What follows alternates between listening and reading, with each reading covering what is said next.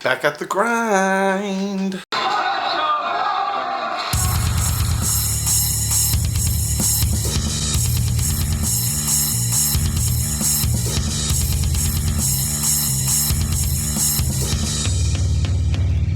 What's up, Fin fans?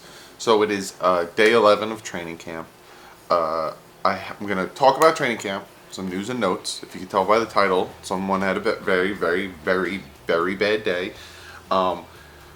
We'll go into press conferences. I got one little quote from Gesicki, then I got Adam Gase, and then update you guys on the fantasy league. I have about 5 people that haven't given me their email. Talk about that more. We'll talk about what's going to happen. But other than that, let's get into some tidbits before the 11-on-11s and before I say my usual thing.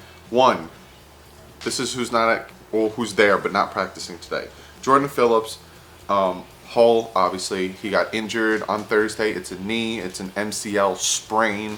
So it's not a tear. He's not out for the rest of the season, but he is out for a period of time, couple of weeks. We don't know. And of course, Brendel and Hayes, and surprisingly, Kenny Stills. His ankle was probably bothering him, so they're probably just, when it comes to a wide receiver, if their ankle is tweaked or if their ankle is bothering them, you don't want to push them on it because then it becomes a chronic injury all season. So we need Kenny Stills for obvious reasons. Lippett returns to practice after his little scare the other day. Dolphins are showing interest in Bashaud Breeland. That is a new inquiry. I think he's visiting the facility today, but there's a bunch of teams that are showing interest in him. But the Dolphins are showing interest in him, and if he's fully healthy and the Dolphins sign him and he doesn't want like a ridiculous contract, he could be day 1 starter. So that's interesting. If anything changes with that, I obviously will let you guys know. But other than that, let's get started. Started off, Albert Wilson is in for Kenny Stills, and Baker is starting opposite of Kiko and McMillan. McCain is working. That is a word. Look it up. He is working with Xavier Howard. He's on the exterior. Very first play, false start, negates a nice gore run. Pre-snap penalties, come on. And then Tannehill is sacked by Charles Harris. Ballage was supposed to run a block and go. So essentially he was supposed to, before he runs his route, he was supposed to pick up a block or chip someone, then run his route. I think it was a wheel route. He didn't. Tannehill was pissed. So he chewed out Ballage for not running the right play and for not doing his right thing, and then he kicked Ballage out of the huddle. We'll hear what Adam Gase has to say about that later on. Brock Osweiler with a nice drive with the second team, so apparently he's still getting his second team reps. But if any of us watched Thursday's game, we don't understand why. 6'7", can't throw the ball over a defensive lineman. Then we have Sanders, our kicker, who... Let me put this kindly about the day he had today. Let me see if I can make this as nice sounding as I possibly can. The dude crushed it. Check this out. So first session he goes 3 for 3. 33 yard, 34 yard, 36 yard. Very standard field goal apparatus. What am I talking about? Then he goes another 3 for 3. 33, 38, 42. That's what you're supposed to make him. You're an NFL kicker. Then he kicks a 61-yarder. All right. He's showing off. Cool. Appreciate you showing off. Then he says, hold my beer. And he kicks another 61-yard field goal. The dude was 8 for 8 today. Just do me a favor, Sanders. Bring that to the game. Because you missed the field goal that would have won us the game because we only lost by 2 points. Bring it to the game. And then a cool thing that they did today is they put Mika Fitzpatrick in nickel. So you had Howard, McCain, Mika at nickel. Howard all over DeVante Parker, blanking him the whole time. You're going to hear this a lot, so I'm just going to break it all down for you. Then DeVante Parker breaks up an interception to Xavier Howard. See what I'm saying there? Whereas Xavier Howard gave up a few of repeated completions on Thursday, so I guess he's just Howard showing that, like, look, it was rust. I don't know. DeVante Parker makes a catch, pulls himself out because he landed on his hand weird. That's all I gotta say about that. Gordon, nice run. Crowd cheers for that. Grant and Wilson are now first-team wide receivers, being that DeVante Parker pulled himself out. He's not injured, people. DeVante Parker is not injured. Larson is the second-team center, which is good because with Brendel literally not doing shit for now, 12, 11 straight practices, we need a backup center. Chase Allen puts Kellen Balaj on his ass. Welcome to the NFL again, rookie. Osweiler with his 7th interception. This one to Trey Alston. Gase having an animated talk with DeVante Parker right before goal line drills. A lot of hand movements. A lot of talking. Parker. That's all I'm going to say. DeVante Parker. A lot of people were asking me before, is he a bust? And then Parker versus Howard. Howard keeps DeVante Parker from his spot. Parker was supposed to cut in. Xavier Howard kept him out. Tannehill threw it in. Parker was out. Obviously, an incomplete pass. And Parker versus Howard again. This time, at least, DeVante Parker was fighting more. Caused Xavier Howard to get a flag for PI. Gesicki with a nice first down catch. That's what that man does. And then Wake sacks Tannehill. These stunts are killing the offensive line. Andre Branch with a nice tackle for loss on Gore. Parker slows down on a comeback route. So DeVante Parker was running a comeback route, and he was running it slow as shit.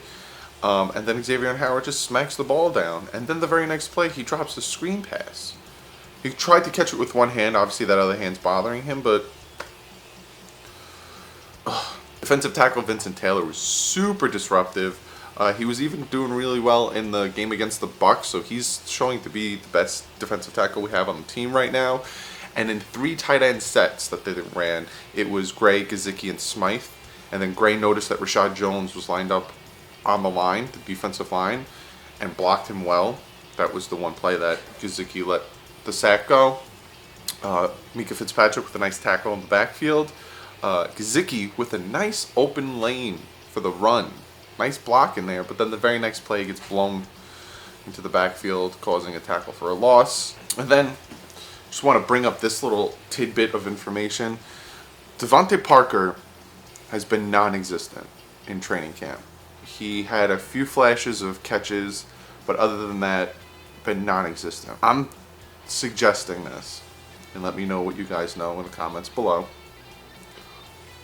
Why not bring in Dez Bryant? Why not have him come try out, see what he can do, and then we can do whatever the frig we want to do with DeVante Parker, because the man just, it seems like he doesn't care anymore. Chris Chambers tries to give him advice, who is one of my favorite Dolphin receivers, and he shits on him. And now all training camp you're not doing shit. So why not bring in Dez Bryant? And then if Dez Bryant shows that he's the old Dez, then get rid of DeVante Parker. That's what I would do. But let me end this training camp segment with this video. Nice touchdown catch. I don't know who it is because I can't see the jersey number, and they never said who it was. So end with that. Go right into Gesicki's comment. He said all he needs is the guys in the locker room and the coaches to believe in him. He busts his ass learning to block. That's all I need, man. I just need that heart and dedication from you. I think Gase had his press conference, and he said there's no timetable on Hall. They're still evaluating him and seeing how he's doing and all that jazz. Tannehill was right to kick Kellen Balaj out of the huddle. I agree. These rookies need to understand that these mess-ups can cost games. Also, Tannehill is taking the leadership role, so the other vets are like, go. He says it, go. Like, which is good because, again, I don't feel like we had that with Cutler. Cutler didn't give a shit. Took his $10 million and ran. He said he's always going to challenge guys, and there's always going to be a competition, which is good, except for our quarterback. There's no competition, right? Tannehill's the starting quarterback, and same thing with running back. There's no competition. It's Drake and Gore. But other than that, you got to fight for your position. Good. Always competition. Good. He said Bark was not happy with the D. He was not happy with how they were just giving up big chunk plays. He wants to see better performance on Friday against the Panthers. So do I. He said that when it comes to Mika Fitzpatrick, he wants to see how much he can absorb and how much he can do. The more he can do, the better. So essentially, I guess he's talking about safety, slot, this, that, linebacker. Dude's going to be all over the place. So everyone who's asking, is he going to play? Trust me, he's going to play. He said that McMillan looked like it was his first 14 plays of his NFL career. Now, I don't know if that's a good thing or a bad thing, but I'm going to take that as a bad thing, that he still looks a little raw. And then finally, Gase said that he reminds Mike Gesicki of what people say about his blocking. And he says he wants to do it. He wants to block. He doesn't want to be a slot receiver. He wants to be a tight end. And he's fighting to do it, which is good, because I want you to do it as well. Please. You're great at receiving, and you're a threat in the end zone, in the red zone. Keep it up. Okay, so that's the day 11 training camp. It's the press conferences and stuff, and just getting the video. That's it. Bye. Just kidding. Comment of the day. This one comes from Brandon, and he asked me, what do you think about Petty judgment on field? What about the defense? Bryce Petty did a good job. He obviously marched us right down the field. He scored the touchdown, then he got the 2-point conversion, and he was reacting as if he just won a bowl game when he got the 2-point conversion, which I like. He's showing, like, look, guys, I could do it. I'm better than Brock Osweiler. I expect Bryce Petty to get more play time against the Panthers on Friday. Expect that. Defense looked like garbage. Mika Fitzpatrick looked good. Baker looked good. The Bucs ran all over us. The first team offense for the Bucs got 15-yard plays here and there. They looked bad. They didn't look like the disruptive defense that we see in training camp. But then the offense didn't look like the pushover that they did in training camp, because Sonoris Perry was running all over it. Balaj did really well. I know a lot of people were like, Tannehill threw 5-yard passes. What are you talking about? Tannehill didn't just throw 5-yard passes. He had that nice 15-yard pass to Kenny Stills. And the final 2 passes kind of sucked. But the offense looked good. The offensive line was blocking, So it was like a switch from training camp. So I don't know what it was, but stop it. So we'll see what happens on Friday. So real quick, I want to talk about the Fantasy League. I have most of your emails. There's 4 people I don't have your emails. If I don't get these 4 people's emails by 6 o'clock today, which is essentially in 4.5 hours, I will be repicking 4 people. So I know a lot of people are hoping that these 4 people don't get me their emails so that the other 4 can get in. I'm gonna pin the comment, like I did in the last video, on the top of the 4 people that need to get me their emails. It essentially is Dems Funk, Timothy Perez, Stephen McCubbin, and New York Blackout. If you 4 do not get me your email by 6 o'clock when I make the next video, because the next video is going to be like a 5-minute video of me just picking new names, you're out. And I'm going to pick 4 new names. So I know for a fact other people are going to really hope that you don't give me your email by 6. But if you don't give me your email by 6, I'm sorry. I've given you since Thursday to get me your email. It's only fair. Other than that, follow me on Twitter, because you can give me your email on Twitter. You can see all the stuff I post on Twitter. I really appreciate that. Follow my second channel a bit, boys. We started playing Madden. If you've watched my gameplay video that came out, I think Friday. It was horrible. Absolutely horrible. We opened some packs to try to pull the Michael Vick.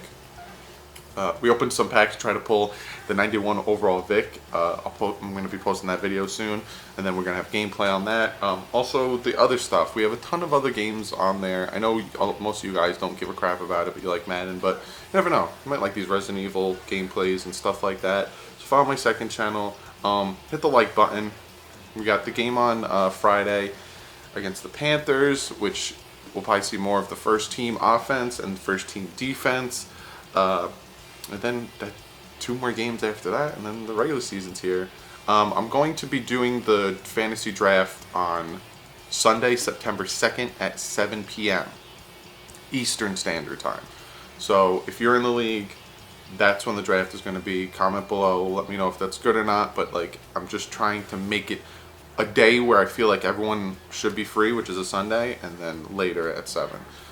Either 7 or 9. You guys let me know. Sunday, September 2nd, either 7 o'clock or 9 o'clock. Let me know below. Subscribe if you're not subscribed. We've got a lot more going on. A lot of other things are going to happen on this channel.